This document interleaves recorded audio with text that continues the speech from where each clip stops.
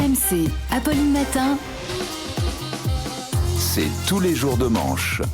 Et c'est tous les jours de manche, Arnaud de Manche. Mon cher Mathieu, bonjour Amélie, bonjour Salut Guillemette Arnaud. et surtout, Oui, encore bon anniversaire à Charles Merci Magnin. Arnaud. Tout ce qui met Charles Magnin mal à l'aise. C'est- Je crois que vous adorez me gêner depuis ce matin. Bien sûr. Charles qui a aujourd'hui 22 ans, ça a une vitesse. Charles, vous avez le même âge que des beaux gosses comme Matt Pokora ou Stanislas Guérini. Profitez bien de votre jeunesse. Choisissez, j'ai fait mon choix. Alors on a tous des cadeaux. Mathieu Béliard vous a prévu un pot de beurre de karité volumisant spécial cheveux bouclés, révélateur luminance à l'ADN végétal pour vous coiffer le soir après le travail, mutuellement l'un et l'autre, Oui. en vous chantant des Disney. La direction Je vous vous offre enverrai une photo. Oui, c'est On déjà veut, arrivé. on veut la vidéo demain la matin. vidéo. Ouais. C'est moi qui fais Un jour, Diana. mon prince viendra. La direction vous offre un kit de supporters marseillais avec son Ah maillot oui, floqué la à totale. votre nom, 2 places pour le Vélodrome pour OM Le Havre avec le groupe de supporters des Marseille Tout-Puissants. Nous, on a trouvé ça un peu abusé autour de cette table. On sait que vous supportez le PSG. D'ailleurs, Mathieu Béliard, il a trouvé ça tellement gonflé, il est allé voir la direction. Carrément, il n'était pas content. Ouais. Il a dit à tous les chefs. Vous êtes des grosses gags, mais avec des petites couilles. Il était remonté. Hein. Il était- C'était quoi déjà? Ah, c'était une des C'était une banderoles. des banderoles de l'OM. Et il y a des choses qu'on dit à l'antenne et ça revient dans un autre Donc, contexte. Mais Mathieu Oh là là. Oh, mais Mathieu Un honnête père de famille comme vous. J'adore ça, les anniversaires, cette espèce de délire de dictateur. Genre, aujourd'hui, c'est ma journée que l'on m'offre des cadeaux. Gardez bien les bougies du gâteau, vous en aurez besoin pour vous chauffer et vous éclairer cet hiver avec la hausse de l'électricité. L'État cherche de l'argent partout. La dernière tentative de gratter un peu de pognon, c'est Rachida Dati, la ministre de la Culture, qui propose de faire payer l'entrée de Notre-Dame à 5 €. Charles me disait, c'est pas la première dame de Paris dans laquelle on paie pour rentrer. Par contre, à 5 €, c'est la moins chère. C'est votre Oh fête, non, Charles. non, C'est votre mais fête. c'est- ouais. C'est votre anniversaire, c'est Ah pour ouais. vous. C'est En cadeau. tout cas, l'Église est opposée parce que l'Église, pour elle, c'est pas bien de faire payer l'entrée, c'est vénal, c'est gênant. Par contre, une fois qu'on est dans l'église, alors là, vas-y, hein, les cierges à 25 balles, les chapelets à 35, le terminal de carte bleue sur les troncs, là, les enfants de chœur qui passent des corbeilles pour la quête en disant « Merci, merci pour le diocèse, merci ». Et le On dirait de la SMR catholique. Et le- Il y a et une le expérience, prêtre. là. Mais bien, chers frères, soyez généreux. Et n'oubliez pas que nous prenons la carte bleue, les chèques, les espèces, les titres restaurants, un titre de transport, une cigarette. Et maintenant, prions. Un homme avait 50 €.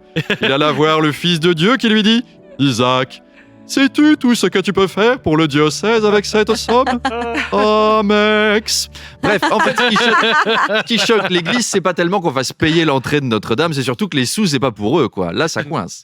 Emmanuel Macron poursuit son voyage au Maroc. Oui, un voyage impressionnant. D'ailleurs, ça va coûter des sous, ça aussi. La délégation française compte 122 personnalités comme Leila Slimani, Jamel Debbouze, Sofiane Oumia, le boxeur, Abdelatif Benazi, le rugbyman, Yacine Bellatar. Ça va coûter d'autant plus cher que Bruno Retailleau leur a pas pris de bière retour à tout cela. Il était là, ah bon, ils reviennent tous. Ah, j'ai pas budgété ça. Bruno Retailleau, après une journée au Maroc, s'est adressé gravement à la presse en disant « La situation au Maroc est dramatique. Plus de 97% de la population est constituée d'OQTF maintenant. Les Blancs ont quasiment disparu. On n'en voit plus que dans des bastions protégés avec des sigles comme FRAM, Français réfugiés chez l'autorité marocaine, ou Havas, hexagonaux accueillis via asile et secours. En tout cas, c'est une visite qui permet de réconcilier la France et le Maroc, qui était un peu brouillé. Le royaume marocain avait été accusé d'espionner le téléphone portable d'Emmanuel Macron. Bon, maintenant, ça va. Faut dire que ça sert plus à rien. Il n'y a plus rien d'intéressant à apprendre. Depuis qu'il a perdu les élections, il est... Allô, Brigitte ? On mange quoi ce soir ?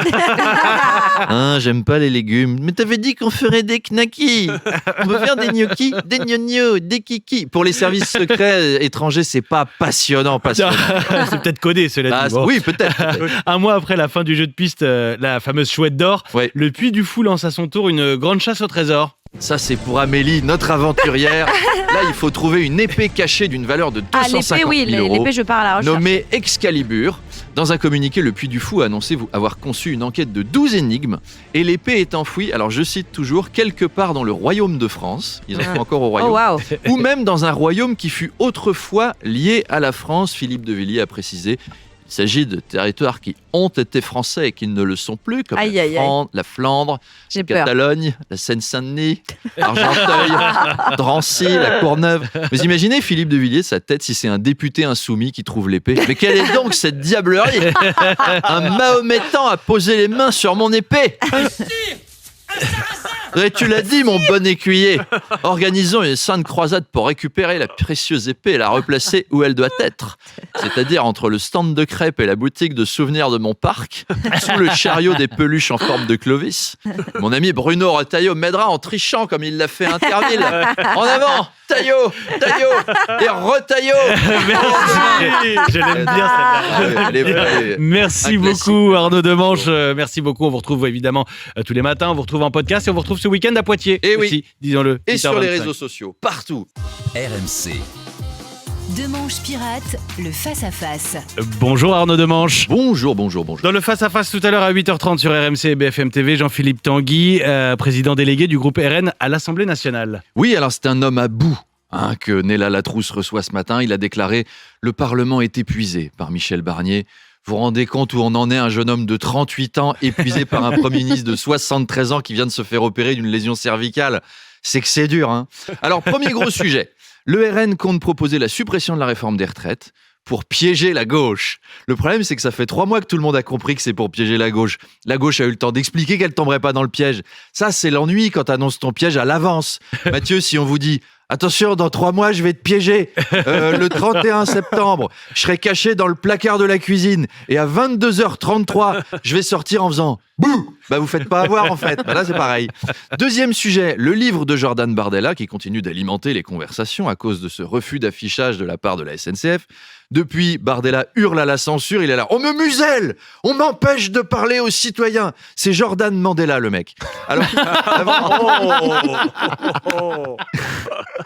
ça lui va tellement bien. Alors, avant lui, une des dernières personnalités dont les affiches avaient été refusées par la SNCF, c'était Bilal Hassani. Comme quoi, c'est pas contre le RN. Bon, il y a peut-être plus de points communs entre Bilal Hassani et Jordan Bardella que ce qu'on imagine, quand même. Tenez, on va jouer à un jeu. Bilal Hassani, Jordan Bardella, ou les deux. Attention, c'est parti. Son rêve, c'est d'être roi. Jordan. Bilal Hassani. Bilal Hassani, c'est son truc. Là. Il a des origines algériennes. Les deux Jordan Les Bardella. deux. Ouais, Les les deux. deux. Il est très têtu. Bilal Hassani. Les deux. Les deux, oui. Pardon, j'avais oublié qu'il y avait les deux dans la. Il a fait danse avec les stars dans les bras d'un homme. Bilal Hassani. Bilal. Il a fait danse avec les tsars dans les bras de Poutine. Jordan. Il rend fou les cathos intégristes. Ah, les deux. Les deux. Les deux, Et les pas deux. pour les mêmes raisons. On va voir si on a oublié des points communs. Ce sera à 8h30. Rendez-vous avec Néla Latrousse et Jean-Philippe Tanguy.